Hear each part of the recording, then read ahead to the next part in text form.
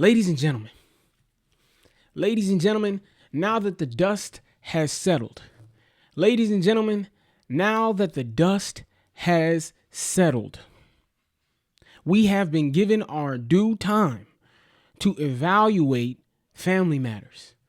We have given our due time to evaluate Meet the Grams. And ladies and gentlemen, I just want to preface this by stating this round was about shock value.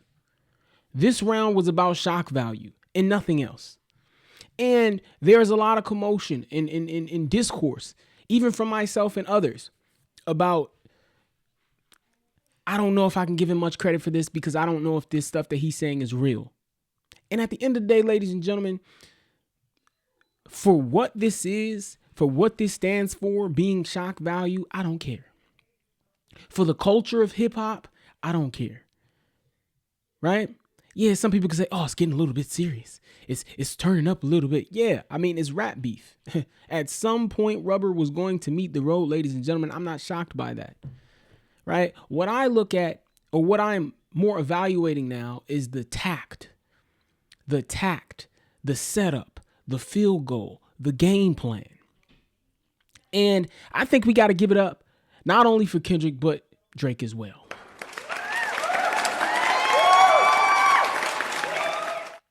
Ladies and gentlemen, quite frankly, because they performed well in this round. I mean, Drake coming correct as the clock struck 12, giving us a due response to follow up with Kendrick's second drop. I still have Kendrick up 3-0. Just based on the nature of this competition, I have Kendrick up 3-0. And here's why, ladies and gentlemen. Your boy Drake dropped your boy Drake dropped Family Matters. Your boy Drake dropped Family Matters. And right before he could enjoy his success, Kendrick Lamar drops a very relevant track in a timely fashion with Meet the Grams. This round was about shock value, getting personal, you're getting the family involved, right? And man, just think about it. Drake drops a track called Family Matters, and Kendrick Lamar turns the corner and says, okay, we'll get to know that family. We'll get to know that family. Ladies and gentlemen, it got real. I mean, there was a lot of shock in all of it. I'm not going to think too much into whether or not these things are true because I've already provided you that analysis. And while, yes, many of it could be fake, many of it could be just BS based on nothing. Like, for instance, Drake mentioned Kendrick Lamar, you proposed to your wife back in 2016. How's that going, right? And I think a lot of that comes from the fact that you don't see her wearing her ring in her Instagram anymore. But I do want to preface this, ladies and gentlemen, by stating that she did drop 2 babies. And this is why the female perspective is important. When women get pregnant, their hands and feet grow. So she probably can't even fit her ring anymore. And she shared the creative success, or she actually provided creative direction and support on Kendrick Lamar's most recent project, Mr. Morale and the Big Steppers. So, quite frankly, I don't, it just didn't, that particular point didn't stick, right? That particular point didn't stick to me. Just now that we've had a chance to evaluate things further. And then also, as it pertains to other jabs, me and your son should meet up at the playground. So 2 interracial, like, let's be real. Kendrick Lamar's wife is a quarter white. She's a quarter white. Her mom was white and black. Her dad was black, from what I understand. She grew up in Compton. Again, we're having the racial conversation, but I think a lot of people missed the mark in that response because Kendrick Lamar at no point in time brought up race. He was addressing culture.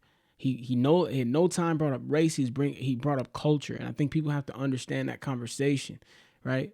We have to understand that conversation because there is a delineation, right? And then also, just in picking apart Family Matters further, I'll say that, a lot of why Drake fans don't give it the respect it deserves. I'm sorry, a lot of the reason why Kendrick Lamar fans don't give Family Matters the respect it deserves is because it's not what they expect. Because they're looking at it from the standpoint of what they expect from Kendrick and not from the standpoint of what to expect from Drake. And at the end of the day, I've said this already, ladies and gentlemen, if you are in a competition and if you're going up to compete against an opponent, it's about besting your opponent at what they do or doing what you do really well. But doing what you will only takes you so far. While they say defense wins championships, right? It's about how can you prevent that person from doing what they do well as best as possible. And you do that by invalidating your opponent. But then also, you could turn the tide very quickly if you can do what they do better than them. And I think that when we talk about Drake's path to success, when we talk about Drake's path to winning this beef, he has to embody a little bit of Kendrick in order to win. And what I mean by that is, Drake, you have to drop one of your most lyrical tracks that we may have ever heard from you in order to win this battle, this competition, this beef. In order to turn the tide, Drake has to drop one of the most lyrical songs we may have ever heard from him. And it's easier to do now because you have something to point bars to, right? You have no excuse for writer's block, right? In this situation, it's very direct. It's very easy, right, for you to do that if you have that lyrical ability in you. And a lot of people talk about the fact that Drake was lyrical earlier in his career, but he saw a path to success with appealing to a wider audience with the version of pop music that he started to create. I get it. But Kendrick Lamar fans might state, well, that was because somebody was writing for him, right? And then transitioning into Kendrick Lamar, there's been a recent analysis stating that when he said your best work was a light pack, he was talking about how Daylight, a rap group member, along with Punch from TDE, wrote Drake's Back to Back. Right? And Daylight has even come out and said that he helped write it or he wrote it. So I guess that one sort of swept under the rug with the fact that many of Drake's core audience may not know Daylight, but I mean, just for those out there, Daylight has single-handedly one of the best battle rap 3 rounds of all time.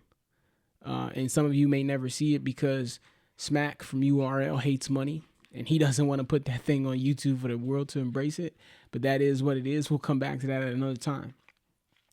But looking at the nature of the competition and where we are, I think it ends in 4 rounds. I think there's another go around to come. Right now, I have Kendrick Lamar up 3 just because of the timeliness of his response. This whole Drake illegitimate child thing, and you might have other children out there. I think that, again, to the standpoint and discussion around whether or not it's true, I don't really care. It's about your approach and your angle and how you presented it. And I think Kendrick Lamar presented that response better than, I think he presented that response in a way that garnered him the edge over Drake. I just want to very quickly give Drake his kudos. He was rapping, he was spitting, but here's the thing about it. I just feel like Drake was just rhyming, and he continually makes diss tracks that appeal to a wider audience, as if you're responding to the public and you're not responding to your opponent, right? It's like everybody in the crowd is booing you because they're Philly fans and they're just upset you missed a free throw. But you should be responding to the person that you're going up against, because it's like, here's another question I pose. Kendrick Lamar drops a track where he basically invalidates or illegitimizes your entire persona of this hard body individual. And you turn around and drop a track basically doing, or rather contradicting that. And to Drake fans out there, I just posed the question, like, as you mentioned, And as we have heard, we are aware of the fact that Drake, his persona is somewhat unauthentic, right? But you all accept what he's giving you as if it's something to actually rejoice when you know a large majority of it is fabricated. It's just like, how can I take this hard body Drake serious, knowing and having it being recently highlighted that it's not real, it's a facade. And when you just think about it from the perspective of he's just talking on man time, you spoke on my family, so I'm gonna speak back on you. The again, like I said, the interracial whole debate is out of there because you missed it. Like, you missed it. He was addressing culture, not race, right? But that is something that maybe touched you. And I think that showed a moment of weakness for you in this rap battle, just in the fact that you weren't able to properly address that. And, I just feel like, to say that you beat your wife and your kid is really Dave Freeze, again, shock value, but looking at it a little bit deeper, those are strong statements, bro. Those are strong statements. You know what I'm saying? And quite honestly, ladies and gentlemen, look at them kids. They look just like Kendrick Lamar. They're like, it's a funny statement to say, but we don't really take you as a 50 Cent type guy, Drake. I get that a lot of your bars are filled with comedy, but let's get real. You know what I'm saying? Like, to say that, I just feel like the angle wasn't as poignant, or it wasn't as strong. It didn't really hit as much as it could have, outside of just shocking you. Like, oh my God, I can't believe he said that. Now everybody's clicking it up, typing it up, trying to find what they can. So at the end of the day, I do want to give it up to both of Kendrick Lamar and J. Cole. I'm sorry, Kendrick Lamar and Drake for what they're doing, and just the competitive spirit. I will say that Drake needs to stop it with, at this point, addressing all 19 of those other people. It's just you and Kendrick at this point. And you don't really get any kudos for beating 10, 12, 11 seed teams, right? We're in the playoffs right now. We don't plan for teams that aren't here. You plan for the teams that you're going to have to beat to win the chip. Yeah, and I think also flipping the coin here and just looking at Kendrick Lamar's diss track again, looking at it from the perspective of a Drake fan, I can see how some people could invalidate it from the standpoint of, yeah, it's shocking that you said some of these things, but they're definitely not real. Again, I'm not looking at it from that standpoint. I'm looking at it from the standpoint of the angle more so. As a Drake fan, again, you can say that this isn't really appealing to me. This isn't really a bop. This isn't really something I want to listen to, but it's rap beef, right? It's rap beef. We're not making songs for the charts. We're making songs to add to the competition of this sport. And are you participating? So, again, just looking at it objectively overall, I just feel like Kendrick had a better angle, immediately addressing the whole statement of family matters, in the way that he addressed it. And then it's like, it was more than just about the fact that, you have an illegitimate child. I mean, he's talking to your child about you. You know what I'm saying? And again, to the standpoint of what he meant in reference to culture and not race, he addresses your child as a black child. You know what I'm saying? Because he wasn't talking about color. He was talking about culture. So there is a nature of intellectualism as it relates to this competition of hip hop, this competition of rap. This isn't a dumbfounded or stupid form of cultural expression, right? So we should insert somewhat of intelligence into the conversation when we analyze what's actually being said, talked about, and mentioned. And I think that just the angle that Kendrick Lamar chose to draw up and present was a lot more pinpoint. It was a lot more, it just, the knife dug a little bit deeper than a lot of the surface level things that Drake was mentioning. So again, what does Drake have to do to win this? What does Drake have to do to win this? Hip hop at its highest level is lyrical and appealing. Hip hop at its highest level is lyrical and appealing. Lyrical and appealing. Drake has to match his competition. Drake has to match his competition. Drake has to be lyrical.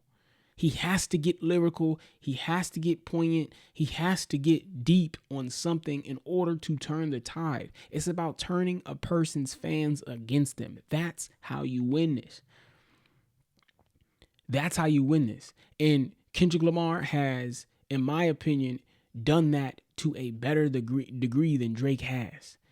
As a Drake fan, I can be proud of nothing but I can be proud of all of what Drake has produced. As a Kendrick Lamar fan, I have an immediate response for everything just because of how much ammo they're able to grasp from Kendrick to debate you all. And the points are stronger than what Drake fans' points are.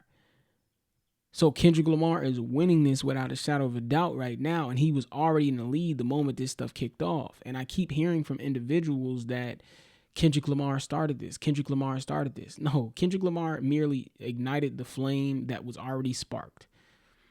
He amplified the flame that was already sparked. First person shooter really kicked this off. But again, Drake does not have the cultural impact, or maybe people are desensitized by Drake's sneak dissing so frequently that when a guy like Kendrick comes around and gets direct, that's when people start to pay attention, right? And I think that's the difference, and that's that is the reason why Kendrick Lamar has the edge here, right? Because Drake sort of tiptoed around this for a very long time, and Kendrick said, "All right, let's flip the switch," and then automatically the ball gets rolling. So I mean, the cultural power of Kendrick Lamar is really on display right now. And I think that Drake fans and Drake himself are falling a little bit short, in my opinion. I think they're falling a little bit short, and I think Drake has an opportunity to overtake it, but he has to some degree match his competition's ability and his expressions in order to turn the tide and get both sides to question because nothing Drake is doing right now charges Kendrick Lamar fans to stop, think, and wonder, besides the shock value of, truth or lies. And I don't think that is enough. But I do enjoy this round. I do think that this round was great. We got to give it up for hip hop, ladies and gentlemen. We definitely have to give it up for hip hop. Because this was the most exciting night of music we have had, I think, in our lifetime. This is the most exciting night of music. Last 8 hours of non-sleep that we have received in all of our lifetime, ladies and gentlemen. And I am just so happy to be a part of this. Not only from the perspective of just a general listener and fan, but from a person participating via the internet, ladies and gentlemen. So give it up for yourselves, ladies and gentlemen. Let me know what you think in the comments. If I make no sense at all, if I need to shut the hell up, whatever you think, ladies and gentlemen, drop it down in the comments. I'm looking forward to where this goes. But right now I got Kendrick up 3-0. And the only way I see Drake winning is if he gets lyrical and matches his competition with Drake. That's the only way, with Kendrick. That's the only way I see Drake coming out on top of this. Yeah. But I like the video. I think the concept and everything was great. But I think a lot of people are just throwing out lures or what have you. But yeah. Till next time, ladies and gentlemen. Peace.